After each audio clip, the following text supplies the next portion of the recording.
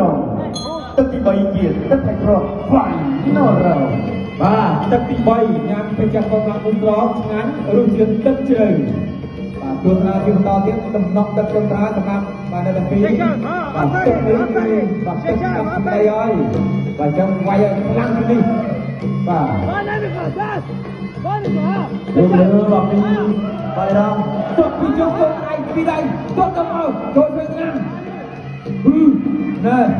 បាទសុខធីមលើពីក្លាករទាត់មួយជើងចារដល់ពីសុខធីម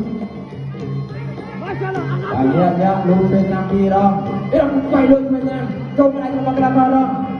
រំបាយចូលទៅទឹកម្ដាយទៀតសុខធីមនៅទៅសម្លាប់ចក្រារបស់បាទក្លាករសុខធីមមិនទាន់ចាក់តែយ៉ាពីក្លាករបាទបំរុងជើងបងដៃផងឲ្យធ្វើជាណាជំនុនរូបបងដៃទៅមកដល់ផ្លែចូលធ្វើណាមកក្លាករចូលដៃមកក្លាកររូបបងដៃធ្វើទៀត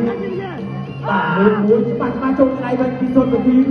បាទងាញ់ដល់ទៅយ៉ាងមួយត្រង់ឬទឹកជ្រៅរូបបងដៃទៀត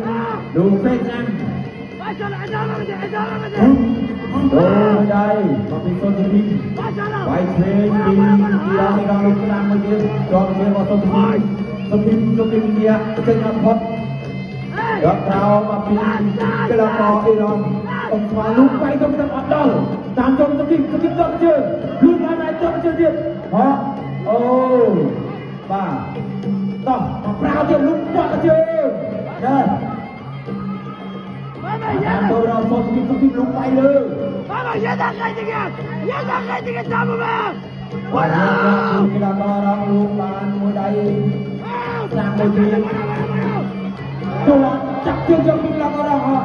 ចូលជើងទៀតតាមចូលទៅទីចូលជើងចាប់ជើងដល់ធ្វើអត់ចេះបាទ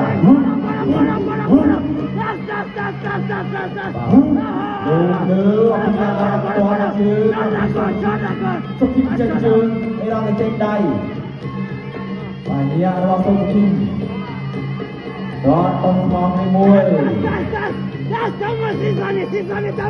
តាមចូលលូកវាយជើងអត់លើตัวต่อสุดที่បានធ្វើហើយ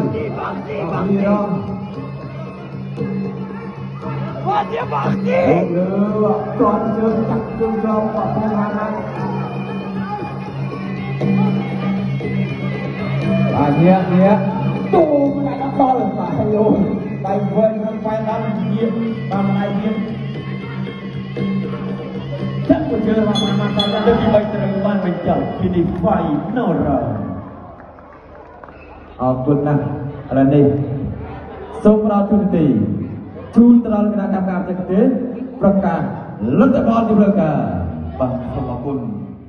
កីឡាករបំពុះក្រហមសុខធីមកម្ពុជាគណៈកីឡាករបំពុះញៀវមកពីប្រទេសជារំដៅពិនគូបាទមកដល់កីឡាករបំពុះក្រហម